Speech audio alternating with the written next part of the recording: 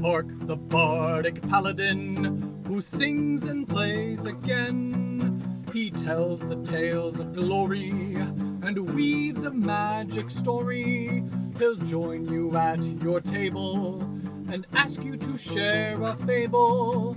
Heroes of humble origin, villains who must be fought again. No matter their skill or prowess, the people in life are countless.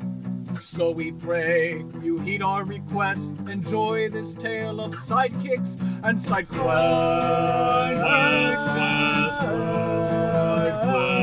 And side quests.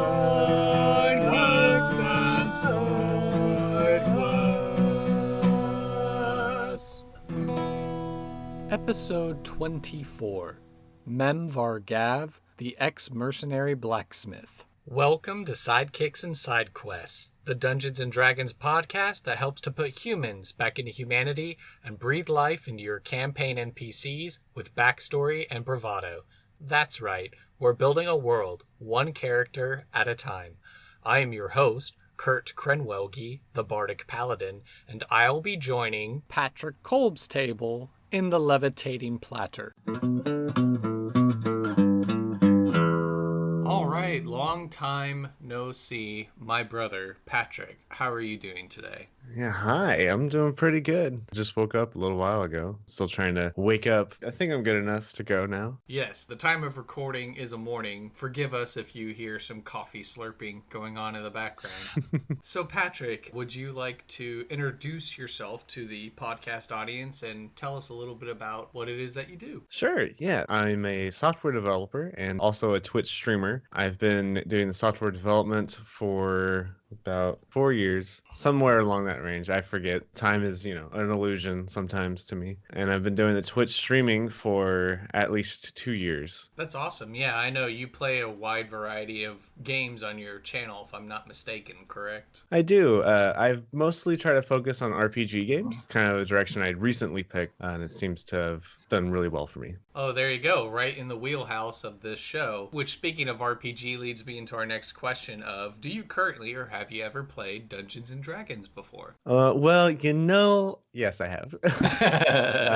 So there's the campaign with you, and I think I've been in 3 others after that. Oh, wow. So, nice. Yeah, definitely enjoy the game. I'm not currently in a campaign, but my most recent one was probably like 2 or 3 months ago. So it's still a fond game to me. I always enjoy it. Now remind me again, because I think when I was there at college, it was 4th edition we were playing, and then it was right before I moved to Dallas is when I started the switch over to 5th edition. So did you get to play 4th and 5th edition with me? Or I think it was 4th edition, and I played a Shardmind. Oh, yeah. Yeah, it's slowly coming back to me. If you can't already tell, Patrick and I are fraternity brothers from college. Having played in games of mine, I knew that Patrick would be a perfect guest. So when you have your own show, you get to stack the guest list with people that you know and like. So as we head into the namesake of our show, do you happen to have a favorite NPC character from one of your RPG games or D&D, and why are they your favorite? I spent a lot of time thinking about what exactly is like my favorite NPC, and I think the one I kind of enjoyed the most was Konoe Kikyo from Bravely Default. She was the ninja asterisk holder, and she had some pretty fun quirks. What were some of those quirks? Because she's a ninja, she's all about like stealth and like hiding away, so she doesn't really like social interactions. But if you force her to talk, or she's put in a situation where she needs to talk, she will transform and put like a disguise on into someone else and talk with like as fast as possible without taking any breaths, so she can just be done and then goes back into her normal self. Interesting. So she sounds like she's very high in her dexterity skill, but very low in charisma. Yes. Okay, interesting. And she's your favorite just because of she's not a very social person? Is that why she's your favorite? Yeah. So she's a boss character in Bravely Default, and it's just really funny because all the other bosses have really good, like, they can hold conversations except her. So all of your characters are trying to talk to her, but she's just like really silent until she just can't handle it anymore, and she just switches and then spouts everything at once and then goes back like nothing happened. So she's actually a villain in this piece or not? When you first encounter her, she's kind of like an antagonist, but once you defeat her, some stuff happens in the game. You don't have to fight her again, so she's just kind of there, but you can go out of your way to fight her after that. Oh, okay, interesting. So just like maybe a little spat early on, but then you can always just go back to her and talk to her, and or talk to a disguised version of herself, and then she'll tell you what she needs to know, right? Right. Awesome. Do you happen to have a favorite side quest from RPG, video game, film, movie, TV, etc.? And why is it your favorite side quest? As many RPG games as I play, I really enjoy the main story more than anything else. So it was really difficult to find something that was my favorite. But the one I settled with wasn't because I finished the side quest. It was because something happened while I was doing it. So I chose the College of Winterhold quest line in Skyrim. Oh, okay. Yeah. And while it was like reaching its climax and like you found the villain, he was doing his thing, charging up the giant orb of magic or whatever. Everyone just kind of bugged out and just stopped caring. They stopped whatever animations they were doing and just kind of walked like quietly out of the room, including the villain himself. And I followed them. I was like, okay, maybe this is part of the quest. Maybe they just got brainwashed or something. So I went out. The headmaster was just dead right next to everyone. They were just walking past him like, oh, it's just a normal occurrence. It's fine. Oh my gosh, that's hilarious. So I couldn't actually finish the quest line, but it was definitely one of the more memorable experiences I've had with side quests. And then finally, for this personal interview section, what are you passionate about and why? Because I'm a recent streamer, 2 years or whatever, but recently, in like the past couple of months, I've really found a passion in streaming. One of the things that it's done is really helped my public speaking skills. I never really got them in college or high school or anything like that. A lot of those teachers are just kind of doing their thing to make a paycheck. They didn't seem that invested in the student.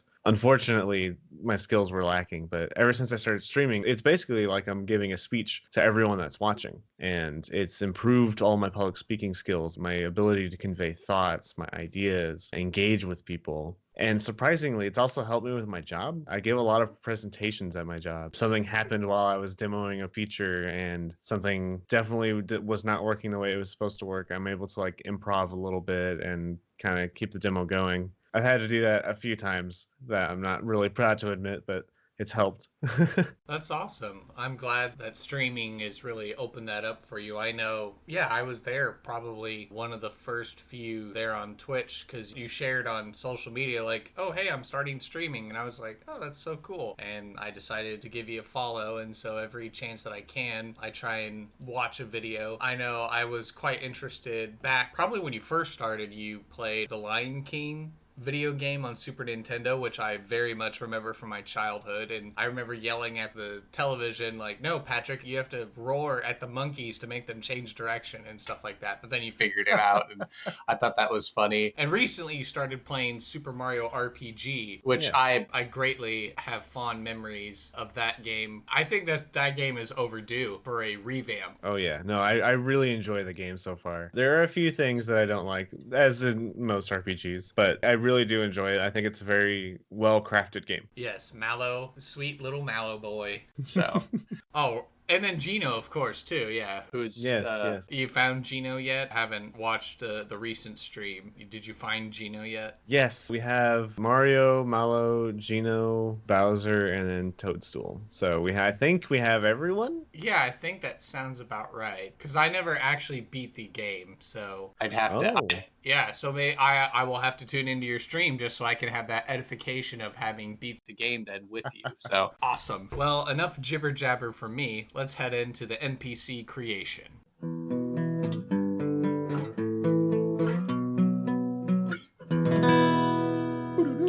All right, so I believe you have already created a character and you're going to reveal them on the air. Is that correct? Sure, yeah. Okay, so what is this character's name? All right, this character's name is Mem Vargav. Mem Vargav.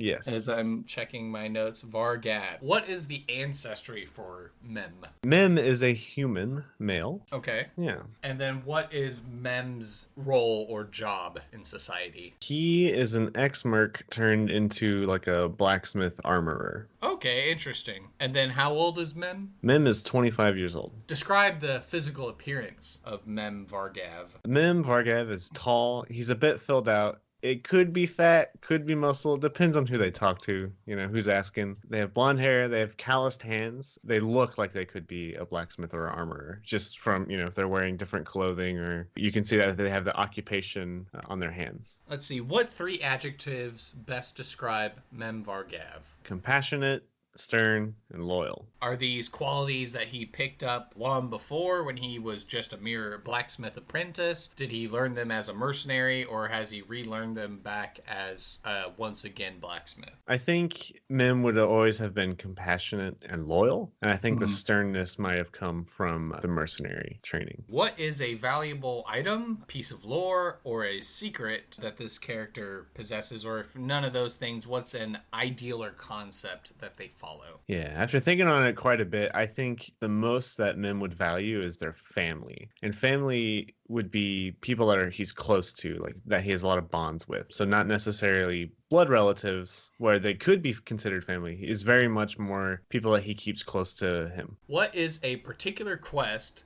that Mem Vargav would be willing to recruit or hire player characters to undertake? Yeah, I think that if he was being like blackmailed, or someone in his family was considered a hostage, he would want to save them no matter what. So he would look for adventurers to go and rescue them because he wouldn't be able to, or something's preventing him from doing that. Okay, so we'll go with someone in his family, whether that's a blood relative or just someone who he values, has been kidnapped for ransom, probably because of his past, and there is some circumstance that is preventing him from going off and doing that himself, so that's why he needs to hire player characters to go rescue the hostage, basically, right? Right. Okay, so what is going to be the reward that Mem Vargav is going to give the heroes if they are successful in rescuing the family member? What's going to be the reward for the heroes? He will use his skills as a blacksmith / armorer and make them something. So a very personal weapon or personal piece of armor, something that is basically representative of his appreciation to the adventurers. He's able to at least impart a uniquely made weapon or a uniquely made piece of armor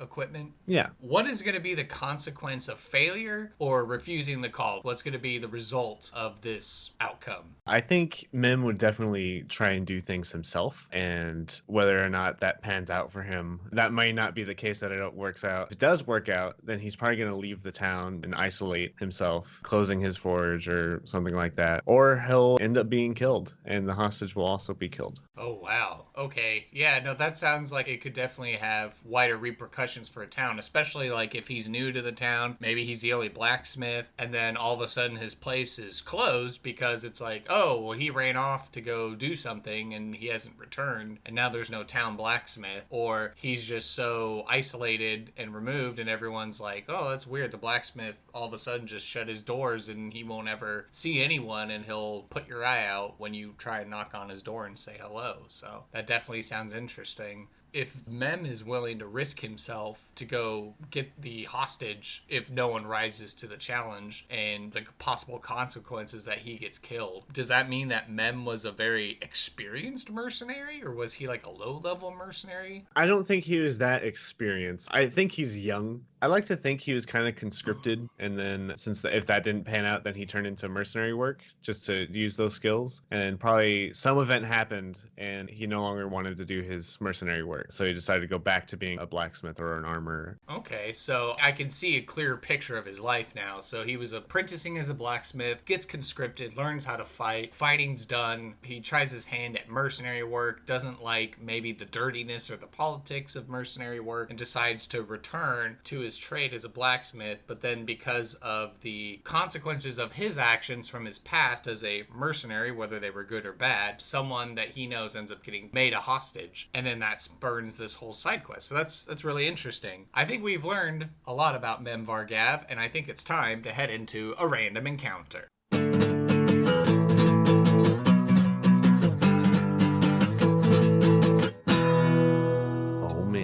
Okay, so this is the part of the show where after we've discovered who the NPC is, we're going to do a short roleplay exercise. So you get to dust off your cobwebs from 2 months ago, and you get to adopt Mem Vargav. And I will go ahead and take the part of my generic adventurer Duncan. And I suppose Duncan will stroll into town and happen upon a blacksmith shop. Feel free to add your own embellishments and whatnot. So I suppose I will set the scene. Alrighty. After having completed his last adventure in the halfling hamlet and helping to bring some rowdy children to justice with the local matron and her spoon of justice, Duncan sets out down the road and he heads to the next town, and taking a survey of his equipment realizes that his armor and weapons have seen better days. And as he strolls into town, it's midday and he can see the blacksmith sign gently creaking as it moves back and forth in the breeze, and he can hear the clanging of blacksmith equipment. Oh, what a long journey on the road. Yes, hello, is there a blacksmith in this shop that could help me? I need repairs on my equipment. Ah, yes. Go ahead and set them down on the counter. We can take a look at what needs to be repaired. He sets down some of his equipment and says, how long do you think it'll take to get this repaired?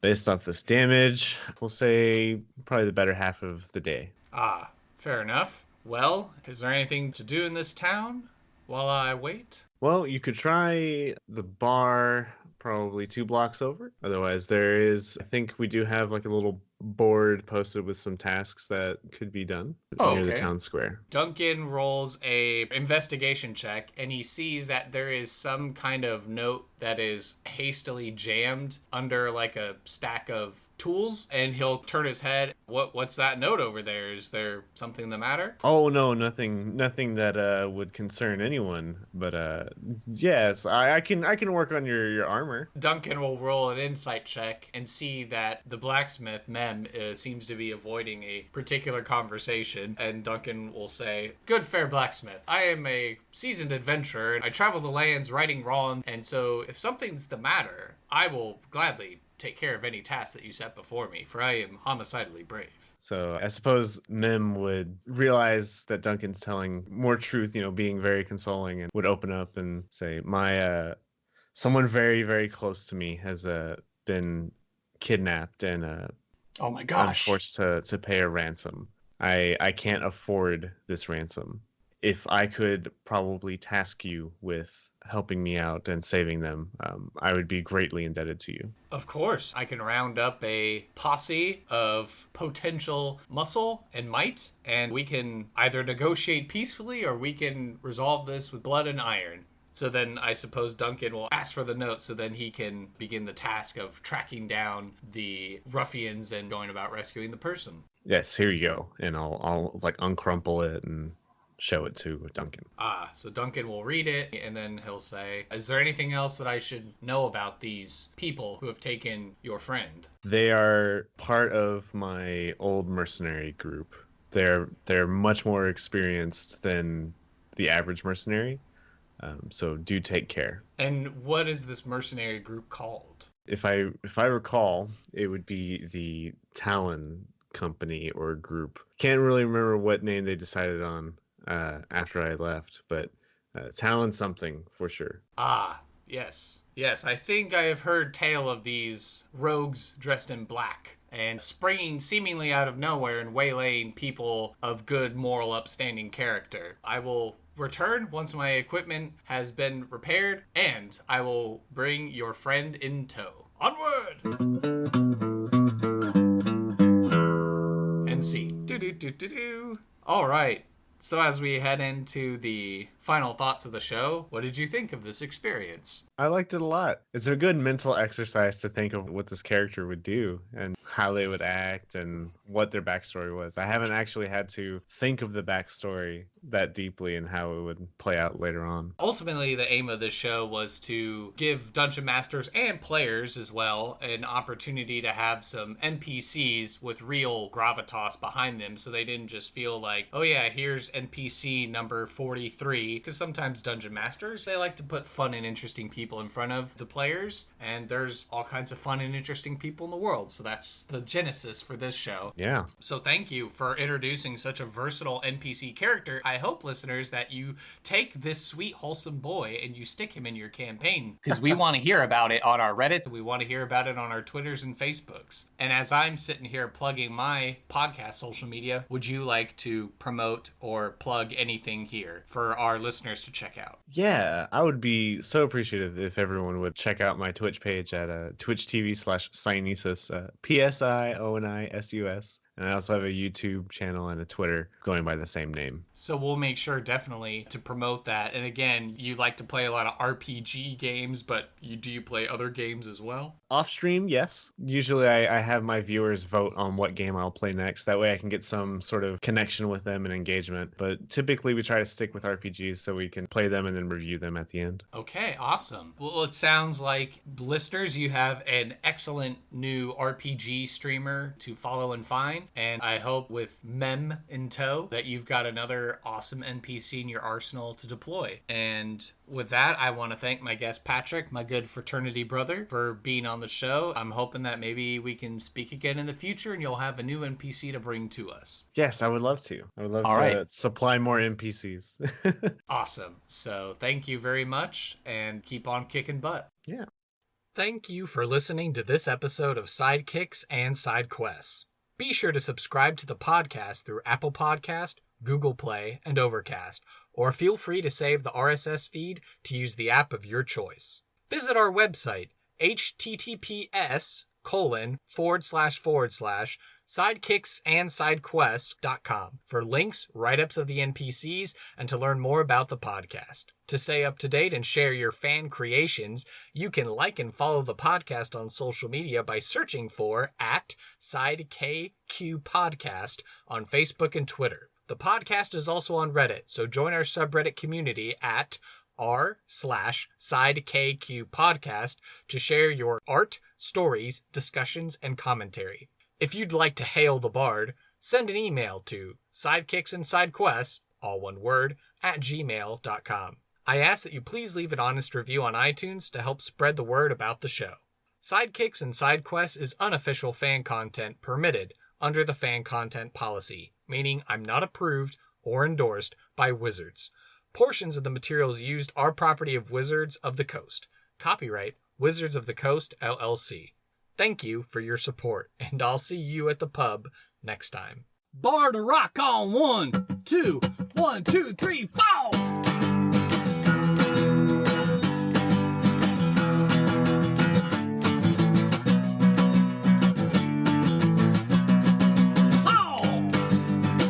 Sidekicks and Sidekicks.